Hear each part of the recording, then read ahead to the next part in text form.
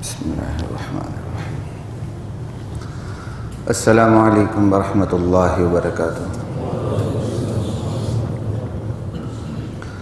ان الحمد للہ نحمدہ ونستعینہ ونستغفرہ ونؤمن بہ ونتوکل علیہ ونعوذ باللہ من شرور انفسنا ومن سیئات اعمالنا من یہدہ اللہ فلا مضل لہ ومن یضللہ فلا ہادی لہ ونشهد أن لا إله إلا الله وحده لا شريك له ونشهد أن محمدا عبده ورسوله أما بعد فأعوذ بالله من الشيطان الرجيم بسم الله الرحمن الرحيم يا أيها الذين آمنوا أطيعوا الله وأطيعوا الرسول وأولي الأمر منكم۔ حضرات محترم، گزشتہ نشست میں بھی نظریاتی تربیت کے حوالے سے بات ہو رہی تھی، ایمانی بحران کے حوالے سے بات ہو رہی تھی۔ اس میں نے کچھ نظریاتی تربیت کے جو اصول ہیں وہ بیان کیے تھے کہ قرآن کریم اپنے اوپر یقین رکھنے والوں کی تربیت کیسے کرتا ہے، انبیاء کی تربیت کا منہج کیا ہے۔ سب سے پہلے اس کا آغاز لا الہ سے ہوتا ہے، اس کے بعد لا الہ الا اللہ جب بندہ کمال بیزاری کا اعلان کر دیتا ہے تو پھر الا اللہ، اللہ کے ساتھ کمال وفاداری کا وہ اعلان، اقرار اور اعتراف کرتا ہے، اور پھر صرف اللہ سے وفاداری کا اعلان نہیں کرتا بلکہ اللہ پہ جو ایمان نہیں رکھتے ان سے دوستی سے بھی وہ انکار کر دیتا ہے، چاہے وہ یہود ہوں، چاہے وہ نصارہ ہوں، چاہے وہ ہندو ہوں، بدھ مت ہوں، چائنیز ہوں، غیر چائنیز ہوں، کوئی بھی ہوں، ان سے وہ دوستی نہیں رکھ سکتا۔ تعلقات ایک اور چیز ہوتی ہے، رواداری الگ چیز ہے۔ وہ انشاءاللہ کبھی اس موضوع پہ مستقل بات ہوگی تو بات کریں گے۔ بین الاقوامی تعلقات کے حوالے سے بڑی گنجائشیں موجود ہیں، لیکن دوستی نہیں رکھی جا سکتی۔ پھر جو اللہ پر ایمان نہیں رکھتے ان سے نہ صرف آپ دوستی رکھیں گے، دوستی نہیں رکھیں گے بلکہ ان کے مقابلے میں بھرپور ہتھیاروں کی تیاری رکھیں گے۔ یہ نہیں کہ آپ نے دوستی نہیں رکھی، تھو تھو کر کے بیٹھے رہے۔ وَأَعِدُّوا لَهُم مَّا اسْتَطَعْتُم مِّن قُوَّةٍ، اپنی استطاعت کے مطابق ان کے مقابلے میں ہم وقت چوکس رہنا۔ کیوں؟ جو اللہ کے غدار ہیں وہ کسی وقت بھی اللہ کے وفاداروں پر حملہ کر سکتے ہیں۔ پھر جو اللہ کے وفادار ہیں انہوں نے اپنی وفاداری کے مطابق اللہ کے پیغام کو دنیا کے آخری کونے تک پہنچانا ہے۔ اس کے لیے ہر لحاظ سے چوکس رہنا ضروری ہے، دعوتی لحاظ سے بھی اور جہادی حوالے سے بھی۔ اگلی بات، بھائی چوکس کب رہیں؟ جب قوت کم ہو کا نہیں، کم من فئۃ قلیلۃ غلبت فئۃ کثیرۃ بإذن اللہ، ایسی بات نہیں۔ چھوٹی سی جماعت اللہ کے حکم سے بہت بڑے گروہ کو قابو میں لے آتی ہے۔ عددی قوت کوئی چیز نہیں ہے ایمانی قوت کے مقابلے میں۔ ایمان کی قوت عددی قوت کو قابو میں لے آتی ہے، لیکن عددی قوت، ایمان کی قوت کمزور و عددی قوت کچھ بھی نہیں کر سکتی۔ یہاں تک بات ہوئی تھی آپ حضرات سے۔ اب نظریاتی پختگی کہ اتنی بڑی کمال بیزاری کا اعلان، کمال وفاداری کا اعلان، صرف آپ ایک اللہ کے بن جائیں اور پوری دنیا کو اپنا دشمن بنا لیں، یہ تو بہت اوکھا کام ہے، کیسے چلے گا؟ وہ اللہ کے نبی کی زندگی سے ہمیں سب کچھ مل جاتا ہے، ہمیں تو حوصلہ وہاں سے ملتا ہے۔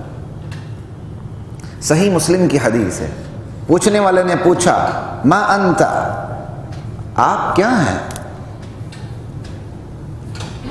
آپ نے جواب دیا انا نبی، میں نبی ہوں۔ پوچھنے والے نے کہا ما نبی، نبی کیا ہوتا ہے؟ اللہ کے نبی جواب دیتے ہیں ارسلنی اللہ، مجھے اللہ نے مشن پہ بھیجا ہے۔ اللہ جس ہستی کو براہ راست مشن پہ روانہ کر دیں، اپنی وحی القاء کریں، اسے نبی یا رسول کہتے ہیں۔ پوچھنے والے نے پوچھا بِأَيِّ شَيْءٍ أَرْسَلَكَ، کون سے مشن میں بھیجا ہے؟ کون سے مشن پہ آپ کو بھیجا ہے؟ اللہ کے نبی جواب دیتے ہیں ارسلنی بصلۃ الارحام، اس بھیجنے والے نے مجھے بھیجا ہے کہ رشتوں کو جوڑا جائے۔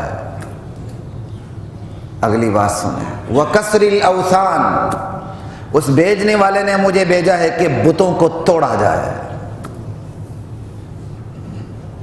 اللہ اکبر۔ کس ماحول میں؟ اس ماحول میں جہاں بتوں کو سجدے ہوتے ہیں، بتوں کی عبادت ہوتی ہے، سفر بھی بتوں سے پوچھ کے کیا جاتا ہے۔ وہ بت پتھر کا بت نہیں ہوتا، وہ بت بہت بڑی ہستی کی علامت ہوا کرتی ہے۔ اس پہ کئی دفعہ بات ہوئی ہے۔ ابراہیم علیہ السلام کا بت، اسماعیل علیہ السلام کا بت، انبیاء کے بت تھے، انبیاء کے مجسمے تھے، اور وہ ان مجسموں کا تعلق ان کی روح کے ساتھ سمجھتے تھے کہ جب وہ ابراہیم کے بت کے سامنے آتے تھے وہ سمجھتے تھے کہ ابراہیم علیہ السلام سے ہم مانگ رہے ہیں۔ پتھر بت صرف پتھر سمجھ کے آج تک کسی نے اس کو نہیں پوجا، شاید ہی کوئی اتنا کم عقل ہوگا۔ ایسے معاشرے میں کہہ دینا کہ مجھے بھیجا اس لیے گیا ہے کہ بتوں کو توڑا جائے، کتنا مشکل ترین کام ہے۔ مثال کے طور پر ہمارے معاشرے میں کوئی شرک کا اڈا ہے، آپ اس کو توڑنے کی ذرا بات تو کر کے دیکھیں، لوگ آپ کو توڑ کے رکھ دیں گے۔ حالانکہ مسلمان معاشرہ ہے، وہ تو دور جاہلیت کا معاشرہ تھا۔ ایسے میں یہ کہنا کہ بتوں کو توڑا جائے مجھے بھیجا اس لیے گیا ہے۔ وَأَن يُوَحِّدَ اللَّهَ وَحْدَهُ، مجھے بھیجا اس لیے گیا کہ ایک اللہ کی وحدانیت کو تسلیم کیا جائے، لا يُشْرَكُ بِهِ شَيْئًا، اس کی ذات میں، صفات میں، اعمال میں، افعال میں کسی کو شریک نہ ٹھہرایا جائے۔ پوچھنے والے کو حیرانی ہوتی ہے، اتنا بڑا مشن ساتھ کون ہے؟ کَمَن مَعَكَ عَلَى هَذَا، اس مشن پہ آپ کے ساتھ ہیں کون؟ کون ہے اس مشن پہ آپ کے ساتھ؟ مشن چھوٹا تو نہیں ہے۔ کہا عبد وحر، سوال اتنا حیران کن نہیں جتنا جواب حیران کن ہے۔ کہا عبد وحر، اتنے بڑے مشن کے لیے ایک آزاد اور ایک غلام بندہ کافی ہے۔ بندے دو ہی ہوں، کام کے ہوں، سب پہ اب غالب آ جائیں گے۔ کتنا حیران کن جواب ہے کہ بندے چند ایک ہوں، چند ایک بندے تبدیلی لے آتے ہیں۔ اور حضرات محترم ایسا ہی ہے، تبدیلی چند ایک بندے ہی لاتے ہیں۔ کوئی بھی نظام ہو، چاہے شیطانی نظام ہو چاہے ایمانی نظام ہو، تبدیلی چند بندے لاتے ہیں، باقی تو سارے فالوورز ہیں۔ آپ پاکستان کی کسی سیاسی جماعت کو اٹھا لیں، اس میں سے ایک ایک کی نفی کرتے جائیں، جماعت دڑام سے گر جاتی ہے، بے نام و نشان ہو جاتی ہے۔ ایسے ہی ہے نا؟ پاکستان کی ایک ایک سیاسی جماعت کو اٹھا لیں، ان میں سے ایک ایک شخصیت کی نفی کریں، پوری جماعت کی نفی ہو جاتی ہے۔ تبدیلی لینے والے انگلیوں پر گنے جا سکتے ہیں۔ اور پھر سچی تبدیلی کے لیے اللہ کے نبی فرماتے ہیں عبد وحر، صحیح مسلم کی حدیث ہے، ایک آزاد بندہ، دو آزاد بندے بھی نہیں، ایک آزاد اور ایک غلام، یہ دو کافی ہیں۔ حضرات محترم، انبیاء کی تربیت فطرت انسانی کو اپیل کرتی ہے، فطرت انسانی کو جگاتی ہے، خواہشات نفسانی کو دباتی ہے۔ شیطان کی تربیت فطرت انسانی کو دباتی ہے اور خواہشات انسانی کو اجاگر کرتی ہے۔ آج بھی آپ دیکھیں نا، وہی ویسٹرن کلچر ہے، ہر جماعت خواہشات کی تکمیل کا ایجنڈا لے کے آتی ہے۔ کسی جماعت کے اندر اتنی اخلاقی ہمت نہیں ہے کہ وہ خواہشات کو کنٹرول کرنے کی بات کرے۔ انبیاء خواہشات کو کنٹرول کرنے کی بات کرتے ہیں، تکمیل کی بات انبیاء نے کبھی بھی نہیں کی۔ یہ مستقل موضوع ہے، یہ مستقل عنوان ہے، کبھی انشاءاللہ اس پر بھی بات ہوگی۔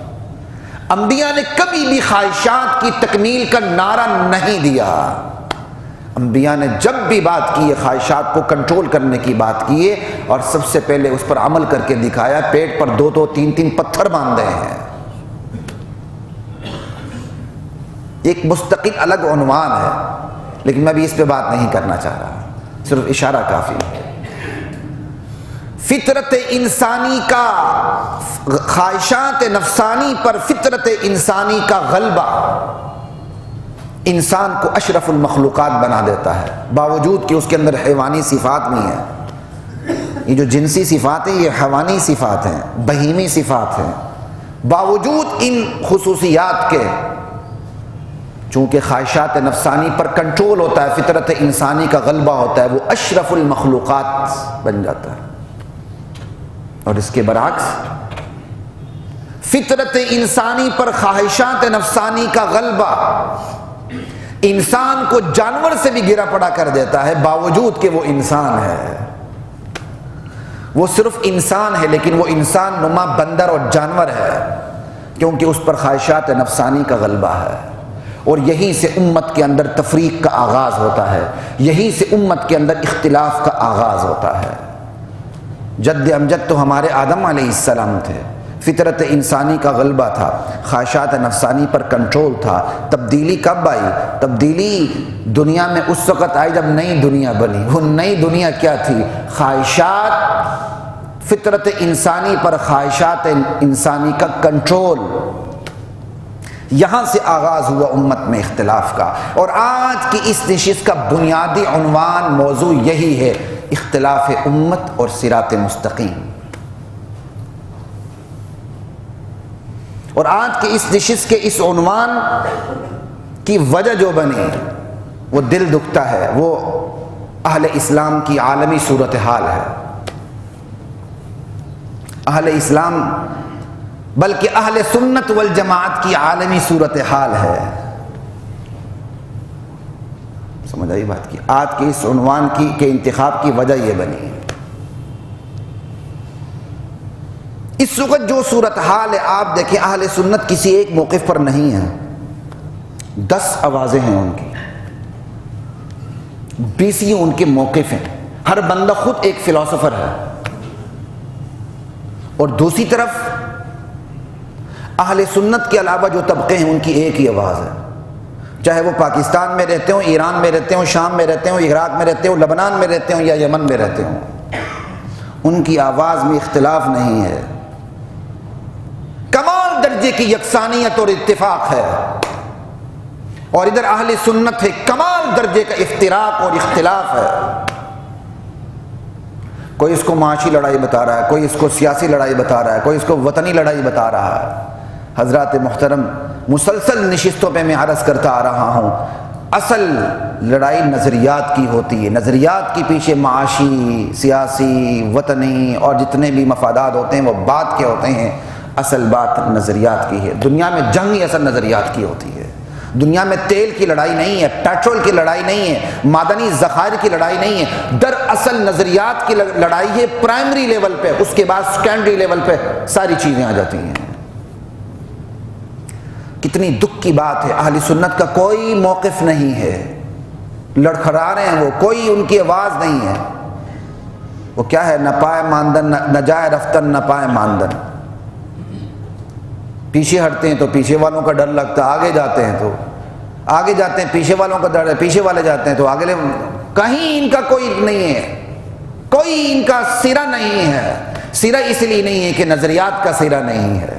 تو آج کی اس نشست میں ہم نے یہی دیکھنا ہے، ہمارا تعارف کیا ہے۔ پھر عالمی صورتحال کو دیکھیں، عراق میں کس نے قدم جمائے اور جمانے میں کون مددگار ہوا؟ سنی اکثریت کے ملک کا نام کوئی اور کیوں رکھا گیا؟ میڈیا میں اس کا پروپیگنڈا کیوں ہوا؟ پھر آپ عراق سے جاتے جاتے جاتے آپ آگے بھی چلیں، شام ہے، لبنان ہے، بیروت ہے، اب صنعاء یمن ہے۔ پیش قدمی کون کر رہا ہے؟ کیوں کر رہا ہے؟ اس کا مقصد کیا ہے؟ اس کا مقصد صنعاء یمن ہے؟ اس کا مقصد کچھ اور ہے۔ اور یہ پیش قدمی یہاں سے نہیں، عراق سے شروع ہوتی ہے، اس پوری پٹی کے اوپر اس طرح۔ اور وہ پیش قدمی اکیلے نہیں کر سکتا، کون اس کا ساتھ دے رہا ہے؟ عالمی طاقتیں اس کا ساتھ دے رہی ہیں۔ کیوں ساتھ دے رہی ہیں؟ عالمی طاقتیں کبھی بھی حرمین پر خود نہیں آ سکتی، وہ اس پوزیشن میں نہیں ہیں۔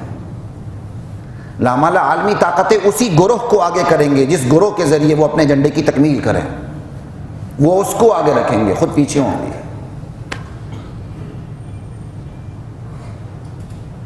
اور جو پیش قدمی کرنے والا گروہ ہے انہیں تو عالمی طاقتوں کی طرف سے کبھی ڈسپرین کی ایک گولی بھی نہیں لگی، اور ہمارا بے شعور طبقہ کہتا ہے یہی لوگ امریکہ کے مقابلے میں کھڑے ہیں، اسرائیل کے مقابلے میں کھڑے ہیں۔ گولیاں تو مجھے لگتی ہیں، میرے بھائیوں کو لگتی ہیں، افغانستان کا محاذ ہو، عراق کا محاذ ہو، شام کا محاذ ہو، لبنان بیروت کا محاذ ہو یا یمن کا محاذ ہو، گولی تو میرے بھائی کو لگتی ہے، انہیں تو کبھی ڈسپرین کی گولی بھی نہیں لگی، بلکہ وہ ہماری سرحدات غیر محفوظ ہو چکی ہیں۔ ورنہ بلوچستان کی صورتحال کو اٹھا کے دیکھ لیجیے گا، یہاں دھمکی مل رہی ہے، 75,000 مسلح افراد ہم یہاں بھی کھڑے کر سکتے ہیں، اس کا مطلب کل حوثی یہاں بھی آ سکتے ہیں، حوثی نما لوگ۔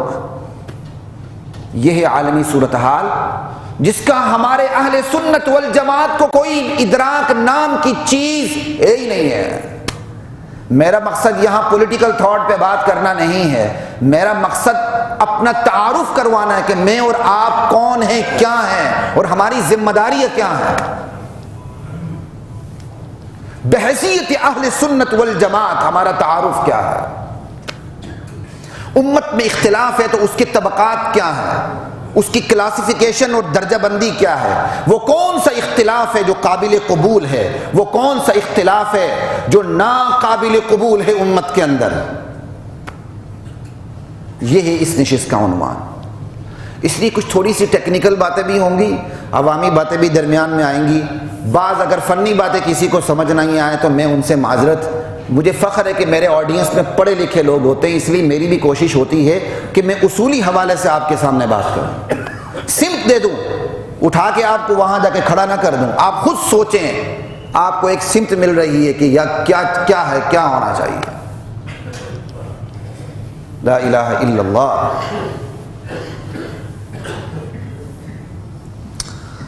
استغفر اللہ، لا الہ الا اللہ۔ ہمارا تعارف کیا ہے، ہم کیا ہیں، ہمارے اندر طبقات کیا ہیں۔ اختلاف امت، ایک طبقہ ہم میں وہ ہے جس کو اختلاف سے کوئی سروکار نہیں، بھلے امت میں 1000 فرقے بن جائیں، اسے کوئی سروکار نہیں، کیونکہ وہ بیچارہ صرف خاندانی مسلمان ہے، شناختی کارڈ میں اسلام لکھا ہوا ہے، لہٰذا وہ اپنے آپ کو اس مسلمان کہتا ہے، کیونکہ سوسائٹی سے بینیفٹ اس نے لینے ہیں۔ وہ اپنے آپ کو مسلمان نہ ہونے کا اعلان کر دے تو سوسائٹی کے بینیفٹ اس کو نہیں مل سکتے، وہ شناختی کارڈ کا مسلمان ہے۔ یہ بالکل ایسا ہی آپ ویسٹرن کلچر میں جا کے سروے ہوا باقاعدہ، نوجوانوں سے پوچھا گیا آپ کیا ہیں، کہا ہم کرسچن ہیں، کہا مذہب پہ یقین رکھتے ہیں، کہا نہیں۔ کیسا متضاد جواب ہے، آپ کون ہیں، کرسچن ہیں، مذہب پہ یقین ہے، کہا نہیں۔ کیسا عجیب جواب ہے۔ عقلی دنیا کا یہ ریشنلزم کے نتائج آپ دیکھیں۔ کہا پھر آپ کرسچن کیوں ہیں، کہا ماں باپ کرسچن تھے، انہوں نے کرسچینٹی کو کاز کا درجہ دے رکھا ہوا، پبلک نے، جو ان کی رول کرنے والی کلاس ہے وہ تو باقاعدہ آج بھی سلیبی جراثیم اپنے اندر رکھتی ہے مکمل طور پہ، یہ ایک الگ بحث ہے۔ یہ حالت ہے۔ تو ایک طبقہ ہمارا تو وہ طبقہ ہے جو بالکل انہی کو کاپی کرتا ہے، 2 نمبر لبرل ہے، 2 نمبر سیکولر ہے، اس کو کوئی پرواہ نہیں امت میں 1000 فرقے بھی بن جائیں، وہ کہتا نا نا نا نا، گراؤنڈ ریالٹی کو دیکھو، وہ جہاز بنا رہے ہیں آپ جہاز بنائیں، وہ راکٹ بنا رہے ہیں آپ راکٹ بنائیں، ترقی اسی سے ہوگی، اس کے علاوہ ترقی کا کوئی راستہ نہیں۔ شراب پی کے وہ دانشوری کر رہے ہوتے ہیں، سمجھ آئی، اور کہہ بھی رہے ہوتے ہیں میں کون سی پیتا ہوں، عوام کو اس کی کیا پڑی ہوئی ہے۔ ایک تو وہ طبقہ ہے، ایک اور طبقہ ہے جو ہر اختلاف کو بری نگاہ سے دیکھتا ہے، وہ اختلاف نام کو برداشت کرنے کے لیے تیار ہی نہیں، اس کے ہاں اختلاف کی کوئی کلاسیفیکیشن نہیں ہے۔ وہ جب بھی اختلاف کی بات سنتا ہے کہتا ہے بھائی یہ مولوی لڑتے ہی رہتے ہیں، مرتے ہی رہتے ہیں، ان کا کوئی اور کام نہیں ہے۔ اس کو اللہ نے اتنی توفیق نہیں دی ہے کہ ذرا آگے بڑھ کر غور و فکر سے کام لے، اس عقل سے کام لے۔ اس عقل سے وہ منڈی جا کے سبزی تو لے آتا ہے لیکن اپنے دل کا علاج کرنے کے لیے وہ تیار نہیں ہوتا۔ اس عقل کے ذریعے 24 گھنٹے میں 18 گھنٹے اپنے گھر کا ملازم بن کے، شوہر بھی نہیں ملازم بن کے کام تو کرتا ہے، کماؤ پوت تو ہوتا ہے، لیکن اپنی آنے والی زندگی کی اس کو کوئی فکر نہیں۔ وہ اختلاف نام سے ہی چڑ جاتا ہے، کوئی یہ اختلاف تو ہونا ہی نہیں چاہیے، لیکن خود بھی آگے بڑھ کے کوئی کام نہیں کرتا۔ ایک دوسرا طبقہ ہی ہے۔ ایک تیسرا طبقہ ہے جو ہر اختلاف کو قبول کر لیتا ہے، اس کے سامنے بھی اختلاف کی کوئی تقسیم نہیں، وہ کہتا ہر ایک کی قدر کرو، ہر ایک کی مانو، کسی کی دل آزاری نہ کرو۔ یہ ڈیکارٹ کے کیا کہتے ہیں، وولٹائر کے فالوورز ہیں سارے کے سارے، کہ تو مذہب تو ذاتی تسکین کا ذریعہ نا، اور کچھ بھی نہیں ہے۔ تو ایک تیسرا طبقہ یہ کہ وہ ہر اختلاف کو اچھی نگاہ سے دیکھتا ہے۔ کوئی اجتہادی مسائل میں اختلاف کرے وہ بھی ٹھیک، جو کوئی بنیادی نوعیت کے مسائل میں اختلاف کرے اللہ اور رسول میں، اس کو وہ بھی گوارا ہوتا ہے، بڑے اچھے طریقے سے وہ ہضم کر لیتا ہے۔ بڑا وسیع و ظرف طبقہ ہے یہ، بڑا دل وسیع ہے، اسلام کفر دونوں جمع ہو جاتے ہیں اس کے اندر۔ ایک اور طبقہ ہے چوتھا، جو اختلاف کی درجہ بندی کرتا ہے کہ یار یہ بنیادی نوعیت کا اختلاف ہے، یہ ناقابل برداشت ہے، اور یہ اجتہادی نوعیت کا اختلاف ہے جو قابل برداشت ہے۔ لیکن بدقسمتی یہ ہے کہ اس کا سارا زور اجتہادی نوعیت کے اختلاف پہ لگتا ہے۔ اب دیکھ لیں، ایک طبقہ ہے اس کی دینداری یہیں سے شروع ہوتی ہے، رفع دین کے بغیر نماز نہیں ہوتی، معذرت کے ساتھ اس کی دینداری یہیں سے شروع ہوتی، رفع دین کرنے سے نماز نہیں ہوتی۔ اس کی دینداری یہاں سے شروع ہوتی، جب تک امام کے پیچھے فاتحہ نہ پڑھے نماز ہی نہیں ہوتی۔ اس کی دینداری یہاں سے شروع ہوتی کہ جس نے بھی امام کے پیچھے فاتحہ پڑھی وہ وہابی ہو گیا، اسلام سے نکل گیا۔ ان دونوں طرف ایکسٹریم لیول پہ، حالانکہ ان کے ہاں اختلاف کی درجہ بندی ہے، مانتے ہیں یہ بنیادی نوعیت کے اختلاف ہیں، اجتہادی نوعیت کے اختلاف ہیں، لیکن سارا زور ان کا اجتہادی نوعیت کے اختلاف پر ہے۔ ایک ہمارا پانچواں طبقہ بھی ہے، وہ بھی تسلیم کرتا ہے کہ ایک اجتہادی نوعیت کے اختلاف ہے اور ایک بنیادی نوعیت کا اختلاف ہے، لیکن جو اجتہادی نوعیت کے اختلاف ہے اس میں اس کے اپنے پیراڈائمز ہیں، اس کا ایک اپنا پیٹرن ہے۔ وہ اس دور میں امام ابو حنیفہ بننے کی کوشش کرتا ہے، آتا جاتا کچھ نہیں، نیچے ملے گا کچھ بھی نہیں، بڑے بڑے چینلز پہ آئیں گے اور دین کے حساس ترین موضوعات کے اوپر کامنٹس پاس کریں گے۔ جب ان سے دلیل پوچھیں گے، مجھے یہی سمجھ میں آ رہی ہے بات قرآن و سنت سے، تیری سمجھ سند کب سے بن گئی؟ سمجھ کا بھی کوئی پیٹرن ہے، کوئی پیراڈائم ہے۔ قانون کی تشریح کی ہر ایک کو اجازت ہے؟ کیا قانون کی تشریح کا کوئی پیٹرن نہیں ہوتا؟ کوئی اس کے اصول نہیں ہوتے؟ ایرا غیرہ نتھو خیر عدالت کے باہر کھڑا ہو جائے، میں تو اس کی یہ تشریح کر رہا ہوں، کیوں؟ مجھے تو یہی تشریح قابل قبول لگتی، میرے دل کو تو یہی بات ہی۔ آپ کیا سمجھیں گے؟ اسے پاگل سمجھیں گے۔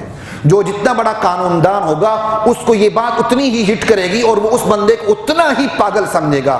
بالکل اسی طرح جو جتنا بڑا عالم دین ہوگا وہ ایسے سیکولر نما مذہبی بندے کو اتنا ہی بدترین سمجھے گا۔ جب اس سے دلیل پوچھی جاتی ہے اور اس سے اجتہاد کا پیٹرن پوچھا جاتا ہے، وہ پیٹرن بتانے کی بجائے کہتا بس میرا اجتہاد یہی ہے۔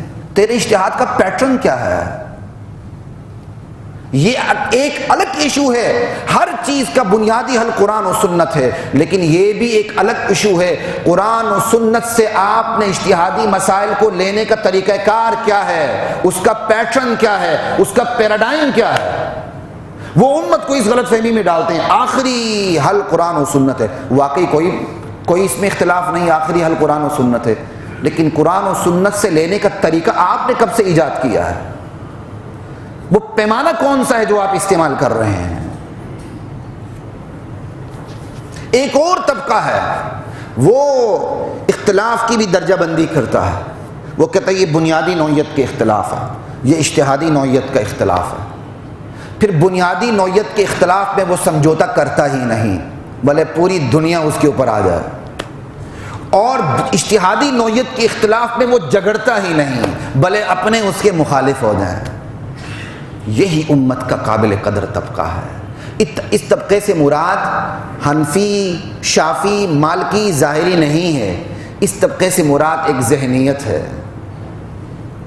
وہ حنفی بھی ہو سکتے ہیں، وہ اہل حدیث ظاہری بھی ہو سکتے ہیں، وہ دیوبندی، مالکی، حنفی، شافی بھی ہو سکتے ہیں، وہ کوئی بھی ہو سکتا ہے، اور موجود ہے یہ طبقہ۔ اسی طبقے کی وجہ سے دین آج محفوظ ہے کہ وہ اختلاف کی درجہ بندی کرتا ہے، بنیادی نوعیت کے اختلاف کو وہ برداشت نہیں کرتا، اور اجتہادی نوعیت کے اختلاف پہ وہ جھگڑتا نہیں ہے۔ میں رفع دین نہیں کرتا، کرنے والوں کو برا کہوں گا تو سب سے برا میں خود بنوں گا. میں امام کے پیچھے سورہ فاتحہ نہیں پڑھتا، لیکن جو پڑھتا ہے اگر میں اس کے پیچھے بڑھ جاؤں تو دنیا کا برا ترین شخص میں ہی ہوں گا. ایک اعتدال ہے، ایک بیلنس ہے، ایک توازن ہے. اس توازن کو برقرار رکھنا سب سے مشکل ترین کام بھی ہے، سب سے آسان کام بھی ہے، اگر خواہشات نفسانی کا غلبہ نہ ہو تو. امت کا یہی وہ طبقہ ہے کہ کفر اس کے پیچھے پڑا رہتا ہے، اہل کفر اسے برداشت نہیں کرتا، اور امت کے باقی جتنے بھی طبقے ہیں وہ شعوری یا لاشعوری طور پر کفر کے ہاتھوں میں کھیل جاتے ہیں. جو بالکل اختلاف کی جس کو سروکار ہی نہیں اختلاف سے، وہ تو آسانی سے کفر کے ہاتھ میں آتا ہے، اسے وہ جو مرضی کام لے لیں. اور جو اختلاف کو ہر اختلاف کو بری نگاہ سے سمجھتا ہے وہ بھی دراصل ایجنڈا ہی پورا کر رہا ہوتا ہے شعوری یا لاشعوری طور پر. یہاں تک کہ وہ لوگ جو بنیادی اور اجتہادی نوعیت کے اختلاف کو ماننے کے باوجود بیلنس میں نہیں رہتے، غیر متوازن ہو جاتے ہیں، وہ بھی شعوری لاشعوری طور پر دراصل کفر کے ایجنڈے کو پورا کر رہے ہوتے ہیں. کہیں سیکٹیرینزم ہے، فرقہ واریت ہے، چھوٹے چھوٹے مسائل پر آپس میں باہم لڑائی ہے، اہل سنت کی شناخت مسخ ہو کے رہ جاتی ہے. ایک طبقے کے سوا باقی تمام طبقے شعوری یا لاشعوری طور پر امت کو نقصان پہنچاتے رہتے ہیں، اور پھر وہ دوسروں کے ہاتھ میں کھیلتے بھی رہتے ہیں شعوری یا لاشعوری طور پر.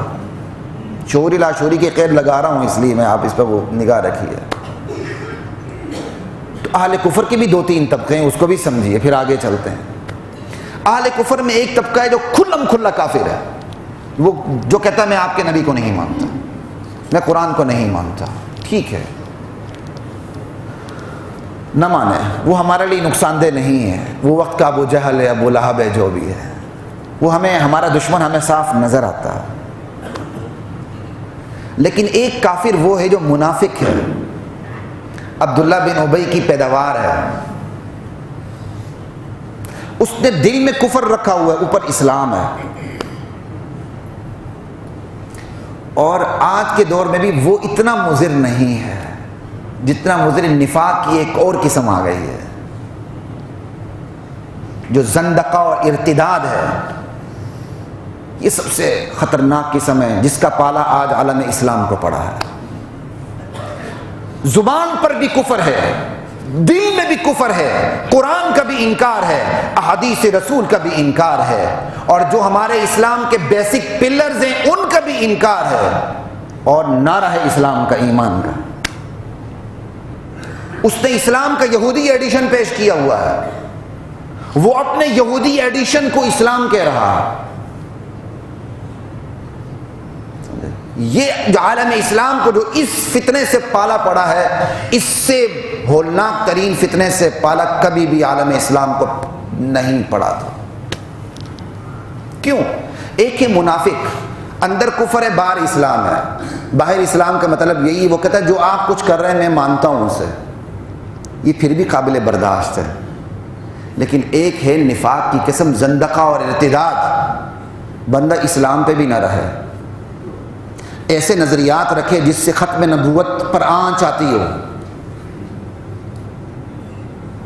ایک صاحب سے میری بات ہوئی تو میں نے کہا یار صرف اتنی سی بات بتا دو، کیا اللہ کے نبی کے بعد کوئی ایسی ہستی ہے کہ وہ بات کرے اور اللہ کے نبی کا آرڈر ایکسپائر ہو جائے؟ کہتا ہے. خدا پاک کی قسم اس نے کہا ہے. اب بتائیں، ایک بندہ زبان سے ختم نبوت کا انکار کرتا ہے اور ایک بندہ نظریہ ایسا رکھتا ہے کہ ختم نبوت کا انکار ہوتا ہے، دونوں میں فرق کیا ہے؟ بلکہ جو علل اعلان ختم نبوت کے انکار کرتا ہے وہ کم ظالم ہے، وہ نظر آ رہا ہے. جو علل اعلان ختم نبوت کا انکار نہیں کر رہا، اس نے اپنے نظریات ایسے بنائے ہوئے ہیں کہ ختم نبوت پہ آنچ آتی ہے، وہ ان سے بھی زیادہ خطرناک ہے. اگر کوئی کہے کہ نبی کے بعد بھی کوئی ایسی ہستی موجود ہے کہ نبی کی بات پر اس کی بات کا غلبہ ہے، نبی کے بعد بھی کوئی ایسی ہستی موجود ہے جس کا انتخاب اللہ نے کیا ہے. انتخاب اللہ صرف نبیوں کا کرتا ہے، بس باقی چیزیں امت پہ چھوڑ دی جاتی ہیں. ایون ابو بکر کے انتخاب بھی کس نے کیا؟ امت نے کیا. انصار اور مہاجرین نے مل کے کیا. ڈائریکٹ قرآن کی آیت نہیں ہے، البتہ حدیث میں انڈیکیشنز ہیں، لیکن کوئی آیت انتخاب امت ہی کو کرنا پڑا۔ اب اگر کوئی یہ نظریہ رکھے کہ نبوت کے بعد بھی کوئی قیادت کا، سیادت کا، امامت کا کوئی ایسا منصب ہے جس کی سلیکشن امت نہیں کرتی بلکہ کون کرتا ہے؟ اللہ کرتے ہیں، اور جس منصب پہ وہ آتا ہے وہ معصوم عن الخطا ہے، نبیوں کی طرح، تو ختم نبوت پہ آنچ آئی کہ نہیں آئی؟ یہ ہے، یہ جو فتنہ آج اس امت کو پالا پڑا ہے سب سے خطرناک ترین فتنہ ہے، کہ زبان پہ کفر ہے، دل میں بھی کفر ہے، علی الاعلان کفر ہے، لیکن وہ اس کو اسلام کہہ رہا ہے۔ یہ بالکل ایسا ہی ہے جیسے کیتھولک، بعد میں کون آیا؟ پروٹسٹنٹ۔ پروٹسٹنٹ کو کنہوں نے انجیکٹ کیا کیتھولک کے اندر؟ یہودیوں نے۔ ہسٹری پڑھیں آپ کو پتہ چل جائے گا۔ کیتھولک جو اس وقت عیسائیوں کا مذہب ہے وہ اتنا گندا نہیں ہے، یہ تثلیث کا عقیدہ، یہ کفارے کا عقیدہ یہ کیتھولک میں نہیں ہے، یہ پروٹسٹنٹ کے پیدا کردہ ہیں۔ یہودی نے عیسائی کا لبادہ پہنا اور اس کے اندر یہ ساری چیزیں پیدا کر دیں۔ ہمارے ہاں بھی ایسا ہی ہوا، یہودی اسلام کا لبادہ اوڑھ کے آئے اور اسلام کا یہودی ایڈیشن پیش کر دیا۔ یہ ہے اسلام۔ ختم نبوت کے بعد بھی انہوں نے ایک سلسلہ جاری کر دیا۔ یہ خطرناک ترین فتنہ ہے، اور اہل کفر اسی فتنے کو سپورٹ کرتا ہے۔ کیوں؟ اسے پتہ ہے کہ جو اسلام کا اصل ایڈیشن ہے یہ 180 ڈگری اس کے اپوز ہے، اس کے مخالف ہے۔ اہل کفر اسی کو سپورٹ کرتا ہے۔ پھر اہل کفر کی 2-3 قسمیں آپ کو بتا دی، یہی کھلے کافر، منافق اور زندیق اور ارتداد، کہ وہ اپنے آپ کو کہتے مسلمان ہیں لیکن یہودیوں کا ایجنڈا ہے پورا کا پورا۔ یہ ہمارے لیے سب سے زیادہ خطرناک ہے، اور بعض ہمارے پھسل بھی جاتے ہیں۔ کیوں؟ نعرے بڑے زبردست ہیں، ہمدردی کے نعرے ہیں، اللہ اکبر لا الہ الا اللہ۔ چونکہ میں یہاں قید میں جکڑا ہوتا ہوں تو میں بعض باتیں نہیں کر سکتا، اصولی باتیں آپ کے سامنے کرتا ہوں۔ اب ہم کیا ہیں؟ ہمارے ایمان کا سورس کیا ہے؟ ہماری پہچان کیا ہے؟ تو یاد رکھیے ہمارے ایمان کا سورس وحی ہے، بس، اور کچھ بھی نہیں ہے۔ ہمارے ایمان کا سورس وحی ہے، یہ ہمارا ایمان ہے۔ وحی مطلوب، وحی غیر مطلوب، ریسائٹنگ وحی، نان ریسائٹنگ وحی۔ وحی مطلوب جس کی تلاوت کی جاتی ہے قرآن کریم، وہی غیر مطلوب جس کی تلاوت نہیں کی جاتی احادیث رسول۔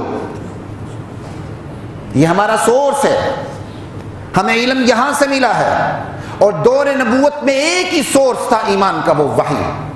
اللہ کے نبی اجتہاد بھی کرتے تھے تو وحی کی روشنی میں اس کو پرکھا جاتا تھا۔ اجتہاد میں کمی بیشی ہو تو اللہ کی براہ راست نگرانی سے اس کمی بیشی کو دور کر دیا جاتا تھا۔ اس لیے دور نبوت میں source of law, source of knowledge, source of ایمان صرف اور صرف ایک ہی تھا، وہ وحی۔ اور وحی کی 2 قسمیں، قرآن اور حدیث۔ اللہ کے نبی کی وفات ہوتی ہے، ایک نیا سورس قرآن و سنت کی روشنی میں ایڈ ہو جاتا ہے، وہ ہے اجتہاد۔ یہ نیا سورس سے مطلب یہ نہیں ہے، نیا سورس کے مطلب یہ کہ نبی کے دور میں کوئی اپنی مرضی سے اجتہاد نہیں کر سکتا، اجتہاد کو وحی میں پرکھا جائے گا۔ اجتہاد کو جو حیثیت حاصل ہوئی ہے باقاعدہ ایک سورس کے طور پر، وہ نبی کی وفات کے بعد ہوئی ہے۔ کیوں؟ اب نبی موجود نہیں رہے، لا محالہ قرآن و سنت کے اصول کو سامنے رکھ کر، آپ کی زبان میں پریسیڈنٹس کو سامنے رکھ کر فیصلے ہوں گے۔ یہ ہے اجتہاد، جو نبوت کے بعد سورس آف لا بنا۔ اجتہاد کیا ہے؟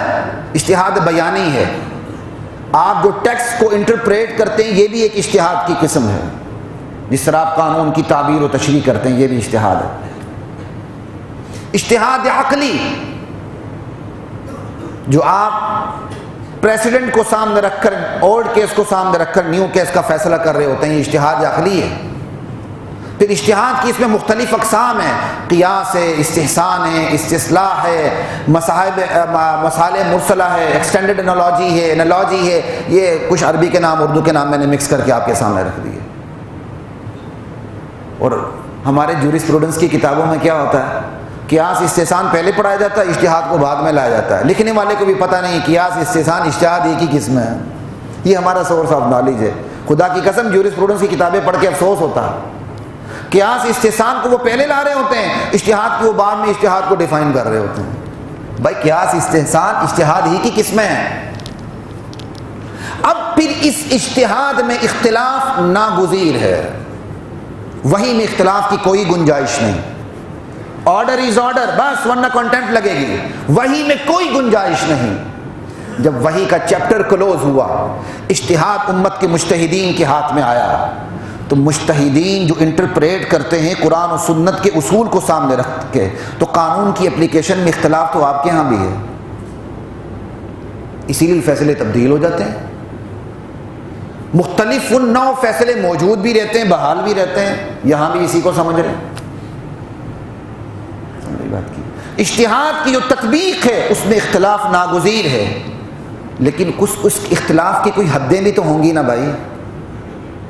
اب یہ تو مطلب تو نہیں کہ آپ ساری سرحدیں کراس کر لیں، جس طرح فنکاروں کی کوئی سرحد نہیں ہوتی، مجتہدین کی بھی کوئی سرحد نہ ہو. سمجھ آئی بات کی؟ تو اختلاف کی سرحدیں ہیں، وہ سرحدیں قرآن بتاتا ہے، اور مزید اللہ کے نبی اس کی تشریح کرتے ہیں. وہ آپ کو بتاتا ہوں. قرآن نے کیا کہا؟ اطیعوا اللہ واطیعوا الرسول واولی الامر منکم. اللہ کی اطاعت، رسول کی اطاعت، مجتہدین کی اطاعت. مجتہدین میں اجتہاد آ گیا. پھر قرآن نے صاف بتا دیا صحابہ معیار عدل ہیں. فَإِنْ آمَنُوا بِمِثْلِ مَا آمَنْتُمْ بِهِ فَقَدْ اهْتَدَوْا. آنے والے لوگ یہ صحابہ، میرے نبی کے صحابہ تمہاری طرح ایمان لائیں، کامیاب ہو جائیں گے. قرآن نے ان کو ڈگری جاری کر دی کیونکہ وہ نبی کی صحبت میں بیٹھے تھے. رضی اللہ عنہم ورضوا عنہ. صاف پتہ چل گیا قرآن و سنت کی وہی تشریح قابل قبول ہوگی جو یاران نبی کریں گے. آپ کے ہاں بھی تو سپیریورٹی ہوتی ہے. فیصلے آپ خود نہیں کرتے، عدالت میں جاتے ہیں، پھر آپ پابند ہو جاتے ہیں. بالکل اسی طرح فیصلے آپ خود نہیں کریں گے، صحابہ کی عدالت میں جائیں گے. صحابہ نے قرآن و سنت کو سمجھا کیسا ہے اور سمجھنے کا کون سا پیٹرن ڈٹرمن کیا ہے، آپ اس سے باہر نہیں نکل سکتے. وہی اتری ہے، اترنے کا بھی طریقہ تھا، اتارنے کا بھی طریقہ تھا، اور سمجھنے کا بھی طریقہ تھا، سمجھانے کا بھی طریقہ تھا، اور اس سے مسائل کنسیو کرنے کا پیٹرن بھی موجود تھا. اور یہ پیٹرن آلریڈی انڈرسٹوڈ ہے، ایگزسٹ کرتا ہے. آپ اس پیٹرن سے باہر نہیں نکل سکتے. لا الہ الا اللہ. پھر احادیث اس کی تشریح ہے. دیکھیں وقت ختم ہو رہا ہے، میں جلدی سے بات کرتا ہوں. اللہ کے نبی نے فرمایا بنی اسرائیل میں 72 فرقے ہوئے تھے، میری امت میں 73. جنت میں کون جائے گا؟ فرمایا ما انا علیہ و اصحابی. جس طریقے پر میرے اور میرے، یہ آپ کو پیٹرن دے رہے ہیں نبی. یہ آپ کو صرف قرآن و سنت ماخذ نہیں دے رہے ہیں، قرآن و سنت ماخذ سے اخذ کرنے کا جو طریقہ ہے اس کی ڈٹرمنیشن ہو رہی ہے من جانب رسول، کہ جس پر میرے اور میرے صحابہ ہیں پیٹرن وہی قابل قبول ہوگا. اللہ اللہ فی اصحابی لا تتخذوہم من بعدی غرضا. اللہ سے ڈرتے رہنا، اللہ سے ڈرتے رہنا میرے صحابہ کے بارے میں، میرے دنیا سے جانے کے بعد ان کو اپنی تنقید کا نشانہ نہ بنانا. فمن احبہم فبحبی احبہم. جس نے میرے یاروں سے محبت رکھی، دراصل اس نے اس وجہ سے رکھی کہ اس کو مجھ سے محبت تھی، اور جس نے میرے صحابہ سے دشمنی رکھی اصل میں اس کو دشمنی مجھ سے ہے، اس لیے وہ میرے صحابہ سے دشمنی رکھے گا. صاف حدیث ہے، کوئی گنجائش نہیں. اللہ کے نبی پیٹرن دے گئے آپ کو. لا الہ الا اللہ. تو بھائی صحابہ میں بھی تو اختلاف ہے، پھر کیا کریں گے؟ وہ بھی پیٹرن دے گئے اللہ کے نبی. بخاری کی حدیث ہے، آپ نے چند صحابہ کو کسی کام پہ ایک بستی میں بھیجا کہ بھائی تم نے نماز وہیں جا کے پڑھنی ہے. راستے میں نماز کا ٹائم ہو گیا. صحابہ نے کہا کیا کریں؟ کچھ نے وہاں پڑھ لی، کچھ نے وہاں جا کے پڑھ لی. کچھ نے کہا ہم تو نماز قضا ہو جائے وہیں پڑھیں گے، نبی کا آرڈر تھا۔ کچھ نے کہا نہیں ہم یہاں پڑھ کے جائیں گے، ایک آرڈر فنا نہ ہو جائے، دوسرے آرڈر پہ وہاں جا کے عمل کریں گے۔ واپس حضور کے پاس آئے کہ یا رسول اللہ آج ہمارے ساتھ یہ ماجرا ہوا ہے۔ اللہ کے نبی نے یہاں بھی پیٹرن دے دیا، کہا تم دونوں حق پر ہو۔ کیا مطلب؟ صحابہ کا اختلاف ہوگا، حق دونوں جانب گردش کرے گا، کوئی گنجائش نہیں۔ صحابہ کا اختلاف ہو، یاران نبی ہو، اللہ کے نبی کی صحبت میں بیٹھے ہوں، آپ انگلی رکھے نہیں تم غلط کہہ رہے ہو، امتی کو یہ روا نہیں کہ وہ صحابہ پر انگلی رکھے کہ تم غلط کہہ رہے ہو۔ کہا میرے صحابہ میں جو حق اختلاف ہوگا، حق دونوں جانب ہوگا۔ اللہ اکبر، یہ ہے پیٹرن، اس پیٹرن سے نکلنے کی کوئی گنجائش موجود نہیں۔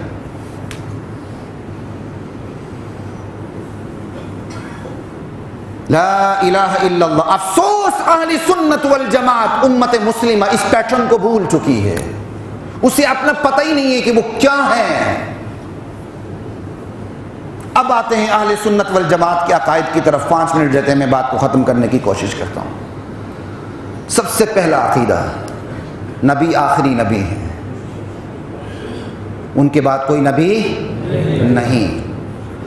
چاہے کوئی نبوت کا علل اعلان کوئی انکار کرے یا ایسے نظریے رکھے کہ نبوت کا انکار کرتا ہو، وہ کافر ہے، کوئی گنجائش نہیں کہ وہ ایسا نظریہ رکھے جس پر ختم نبوت پہ آنچ آتی ہو۔ بہرحال وہ امت مسلمہ میں شامل نہیں ہے، ایک بات۔ دوسری بات، دین مکمل ہو چکا ہے ٹوٹلی، اس میں کوئی گنجائش نہیں اونچ نیچ کی۔ تیسری بات، معصومیت اللہ کے نبی پہ ختم ہو چکی ہے، اللہ کے نبی کے بعد کوئی معصوم نہیں۔ چوتھی بات، ختم نبوت کے بعد وحی کا چیپٹر کلوز ہو چکا ہے، اب اوپر سے وحی کے سارے امکانات ختم ہو چکے ہیں، اوپر سے اب کسی کا انتخاب نہیں ہو سکتا۔ جو کہتا ہے وہ جھوٹ بولتا ہے، وہ ختم نبوت کو ہٹ کرتا ہے، اوپر سے اب کسی کا انتخاب نہیں ہے، بس آخری نبی کے بعد سارے چیپٹر کلوز ہو چکے ہیں۔ اگلا عقیدہ، قرآن آخری کتاب ہے، قرآن کا انکار مقام الہی کا انکار ہے۔ کیوں؟ یہ قرآن تا قیامت چلے گا۔ اگر ہم یہ عقیدہ رکھیں قرآن آدھا رہ چکا ہے، فلاں کی بکری قرآن کو کھا گئی تھی، یہ مقام الہی کی توہین ہے۔ قرآن پورا ہے، جو قرآن میں اختلاف کرے گا وہ مسلمان نہیں رہتا۔ اگلی بات، حدیث پر ہمارا ایمان ہے، حدیث کا انکار مقام نبوت پر زد پڑتی ہے حدیث کے انکار سے۔ کیوں؟ اللہ کے نبی صرف پیغام لے کر نہیں آئے تھے امت تک، پیغام کو سمجھانے بھی آئے تھے۔ جو پیغام کو سمجھایا ہے اس سمجھانے کا نام حدیث ہے۔ آپ قرآن کو دیکھیں، حدیث کو نظر انداز کر دیں، اللہ پاک کی قسم آپ ایک رکعت نماز نہیں پڑھ سکتے۔ پڑھ کے دکھائیں ذرا حدیث کے بغیر۔ اقیم الصلاۃ ہے، قرآن نے آپ کو نماز کا طریقہ نہیں بتایا، یہ ہمارے نبی نے ہمیں بتایا اللہ کے حکم سے۔ یہ ہے حدیث، ہمارا عقیدہ ہے۔ جو حدیث کا انکار کرتا ہے وہ دراصل مقام نبوت کا انکار کرتا ہے۔ اگلی بات، قرآن و حدیث کو ہم تک پہنچانے والے جو نیریٹرز ہیں، راوی ہیں، صحابی ہیں، ان پر بھی ہمارا ایمان ہے۔ خدا نخواستہ اگر صحابہ مرتد ہو گئے تھے تو پھر قرآن و سنت کا کوئی پرسان حال نہیں۔ خدا نخواستہ صحابی کچھ اور تھے، صحابی نعوذ باللہ زانی تھے، صحابی شرابی تھے، کچھ بھی نہیں بچا، تو پھر تو وہ انہی کے راستے آپ تک قرآن پہنچا ہے، انہی کے راستے آپ تک حدیث پہنچی ہے، سارا کام بے اعتبار ہو جاتا ہے۔ جس طرح قرآن و حدیث ہمارے ایمان میں داخل ہے، قرآن و حدیث کو ہم تک پہنچانے والے صحابہ بھی ہمارے ایمان میں داخل ہیں۔ اگلی بات، شارحین حدیث، قرآن و حدیث، جن لوگوں نے صرف قرآن کے حدیث کے الفاظ نہیں پہنچائے بلکہ ان کے معانی بھی ہم تک پہنچائیں، وہ بھی صحابہ اور تابعین ہیں، وہ بھی ہمارے ایمان میں داخل ہیں۔ حدیث ہماری ہو، مفہوم آپ اپنا لیں، کیوں؟ آپ کو کس نے کہا؟ ایک صاحب چینل پہ بیان کر رہے تھے، من کنت مولاہ فعلی مولا، میں جس کا مولا علی اس کا مولا۔ اس کو انٹرپریٹ کرتے ہوئے کہنے لگے اللہ کے نبی جس میننگ میں مولا تھے اسی میننگ میں علی مولا ہے. انا للہ و انا الیہ راجعون. اللہ کے نبی امت کے مولا تھے نبی کے حوالے سے. اب کوئی اور مولا نبوت کے حوالے سے نہیں ہو سکتا. الفاظ اگر اوپر سے آئے ہیں، الفاظ کے معنی بھی اوپر سے آئے، انہی پر یقین رکھنا ہوگا. تفریقے سے بچنے کی، سیکٹیرینزم سے بچنے کی یہی آخری صورت. اگلی بات، ہمارا اجتہاد پر بھی یقین ہے. اجتہاد کسے کہتے ہیں؟ قرآن و سنت کے فہم کے پیمانے، اس کا نام اجتہاد ہے. اجتہاد کسے کہتے ہیں؟ قرآن و سنت کے فہم کا پیمانہ. اور یہ قرآن و سنت کے فہم کا پیمانہ سب سے بڑھ کر کس کو عطا ہوا تھا؟ ہمارے نبی کو عطا ہوا تھا. اس کے بعد اللہ نے اللہ کے نبی نے اپنے شاگردوں کو یہ پیمانہ منتقل کیا جن کو صحابہ کہتے ہیں. صحابہ نے نبی سے سیکھا ہوا پیمانہ کسے منتقل کیا؟ تابعین کو منتقل کیا. یہ پیمانہ انڈرسٹوڈ ہے، صرف اجتہاد نہیں، پیراڈائم آف اجتہاد بھی انڈرسٹوڈ ہے. آپ قرآن و سنت کو سمجھنے کا کوئی اور طریقہ اختیار نہیں کر سکتے. قرآن و سنت کو سمجھنے کے لیے وہی پیٹرن اپنانا پڑے گا، وہی اسی پیراڈائم پہ رہنا پڑے گا جس پر پہلے 3 سنہری ادوار تھے. اللہ کے نبی نے ارشاد فرمایا خیر القرون قرنی، بہترین زمانہ میرا زمانہ، ثم الذین یلونہم، پھر میرے بعد میرا صحابہ اور تابعین کا زمانہ، ثم الذین یلونہم، پھر میرے بعد تابعین اور ان کے بعد تابعین تبع تابعین کا زمانہ. 3 سنہری دور ہیں نبوت کا، صحابہ کا، تابعین کا. تابعین آ جائیں تبع تابعین خود ہی اندر آ جاتے ہیں. بس یہاں ہمارا یہی پیٹرن ہے، یہی طریقہ کار ہے، یہی اجتہاد کے پیراڈائمز ہیں. ان سے آپ باہر نہیں نکل سکتے. آخری 2 باتیں حضرات محترم آپ کے سامنے عرض کرتا چلوں. یہ دین مشکل نہیں ہے، یہ دین بہت آسان ہے. اس دین کے جو بیسک روٹس ہیں وہ قرآن و سنت میں اتنے واضح ہیں. خدا پاک کی قسم آپ صرف ترجمہ پڑھتے چلے جائیں، آپ کو اس کے بیسک روٹ سمجھ آ جائیں گے. صرف سمجھ میں نہ آنے والی کون سی بات ہوگی؟ جو فقہی مسائل ہوں گے، اجتہادی مسائل ہوں گے، وہ تو ہر فیلڈ کے جو ماہر ہوتا ہے اسی سے پوچھنا پڑتا ہے. لائر ہونے کے باوجود میں ایڈوکیٹ نہیں ہوں، ایڈوکیسی نہیں کر سکتا. آپ کی شاگردی مجھے اپنانی پڑے گی. بالکل اسی طرح آپ عالم دین نہیں ہیں، فقہی مسائل کے لیے آپ کو علماء سے رجوع کرنا پڑے گا. اپنی طرف سے آپ کوئی پیٹرن ایجاد نہیں کر سکتے. اور مزید اطمینان کے لیے آپ کو کہہ رہا ہوں، اگر آپ کو یہ باتیں سمجھ میں آ رہی ہیں، خدا کے لیے عربی شروع کر دیں، عربی کو سمجھنا شروع کر دیں. ایمان کی آپ کو حلاوت محسوس ہوگی. آپ کو چھوٹا سا واقعہ بتا دوں، بات کو ختم کرتا ہوں. ایک بہت بڑی یونیورسٹی میں میرا انٹرویو تھا، ایسے 5-10 سال پہلے. پھر میری اس میں سلیکشن بھی ہوئی تھی، پھر میں نے اسے چھوڑ دیا. آج الحمدللہ اس ممبر پہ موجود ہوں، اور یہ ممبر مجھے یونیورسٹیوں کے ممبروں سے بہت ہی اچھا لگتا ہے. آپ جیسی آڈینس مجھے وہاں تھوڑی مل سکتی. وہاں کا واقعہ بات کرتا ہوں. مجھے جی سی کے ایک سابق پرنسپل نے جو سلیکشن بورڈ میں تھے، انہوں نے مجھ سے سوال کیا کہ سورہ فاتحہ کا آپ ترجمہ کریں. میری عادت ہے کوئی مجھ سے آسان سوال کریں تو ایک میں ہیزیٹیشن فیل کرتا ہوں کہ کوئی نہ کوئی بات بٹوین دا لائن کچھ نہ کچھ ہے. تو میں بہت احتیاط سے ترجمہ کرتا گیا کہ میں کہیں پکڑا نہ جاؤں. میں نے بڑے آرام سے ترجمہ کر لیا. اب میں حیران ہوں مجھ سے سوال کیا کریں گے. انہوں نے مجھ سے کہا مولانا اشرف علی تھانوی نے یہ ترجمہ کیا ہے، مولانا احمد رضا خان نے یہ ترجمہ کیا ہے، غیر المغضوب علیہم ولا الضالین. ترجمہ کر دیتا ہوں. ایک ترجمہ یہ، یا اللہ مجھے سچا راستہ دکھا، ان لوگوں کا راستہ جن پر تو نے انعام کیا ہے اور وہ لوگ نہ گمراہ ہیں نہ معتوب ہوئے ہیں. ایک ترجمہ.